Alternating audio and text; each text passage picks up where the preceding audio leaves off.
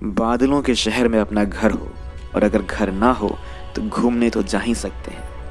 एक तरफ बादल आपसे बात करते हैं तो दूसरी तरफ बारिश की झमाझम ध्वनियाँ प्रकृति के संगीत से आपको रूबरू कराती हैं। दोस्तों, मेघालय आपके मन को मोह लेने के लिए कोई कसर नहीं छोड़ता है।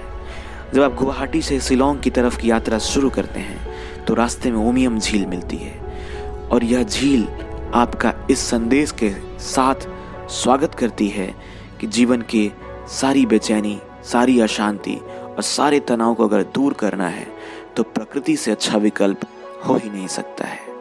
इस झील के किनारे आप कुछ घंटे बैठते हैं और फिर आप अपनी यात्रा को आगे बढ़ाते हैं।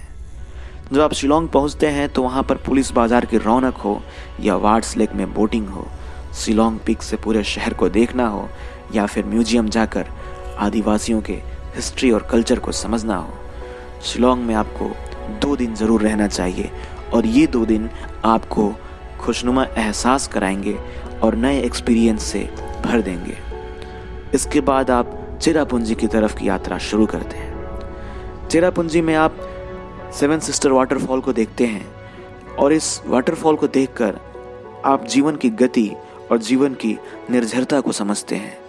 आप समझते हैं कि जीवन चलने का नाम है, जीवन बहने का नाम है। दूसरी तरफ आप मौसमी केव, जो वहाँ पे सबसे प्राचीन गुफा है, उसके इतिहास से परिचित होते हैं, और आप यह समझ पाते हैं कि जीवन काफ़ी प्राचीन है, लेकिन प्राचीनता से नवीनता की तरफ निरंतर अग्रसर होता हुआ है। चेरापूंजी में आप 2 दिन रहकर आप वहाँ के लोकल लोगों से बातचीत करते हैं, वहाँ के लोकल फूड खाते हैं और बारिश, धुंध और मैगी का मज़ा लेते हैं। दोस्तों, चेरापूंजी से आप मॉलिंगोंग विलेज की तरफ जाते हैं, जो एशिया का सबसे स्वच्छ गांव है, और यहाँ आकर आपको पता चलता है कि एक दूसरे के सहयोग से अगर एक गांव स्वच्छ हो सकता है तो एक शहर और एक देश भी स्वच्छ हो सकता है। मॉलिंगोंग विलेज आपको मन की स्वच्छता और सहयोग की भावना से परिचित कराता है।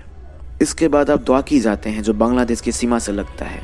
वहाँ पर उमनगोट रिवर को आप जब देखते हैं तो आपको नदी की स्वच्छता और पारदर्शिता की वजह से वहाँ की सतह दिखाई देती है, और तब शायद आप जीवन में आंतरिक शांति और आंतरिक स्वच्छता का महत्व समझ पाते हैं। अब समझ पाते हैं कि आंतरिक शांति और स्वच्छता की वजह से ही जीवन में गति संभव है।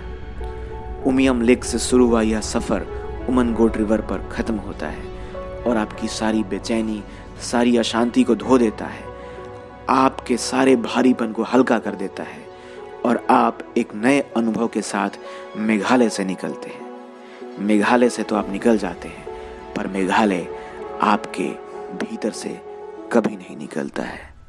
दोस्तों, मेघालय की एक और खासियत है यहाँ की खासी संस्कृति, जो मातृसत्तात्मक है। यहाँ पर लड़के शादी करके लड़कियों के घर जाते हैं और उनके घर रहते हैं, अर्थात यहाँ पर वर वधू है और वधू वर है। कुल मिलाकर यहाँ पर लड़के और लड़कियों में कोई डिस्क्रिमिनेशन नहीं है।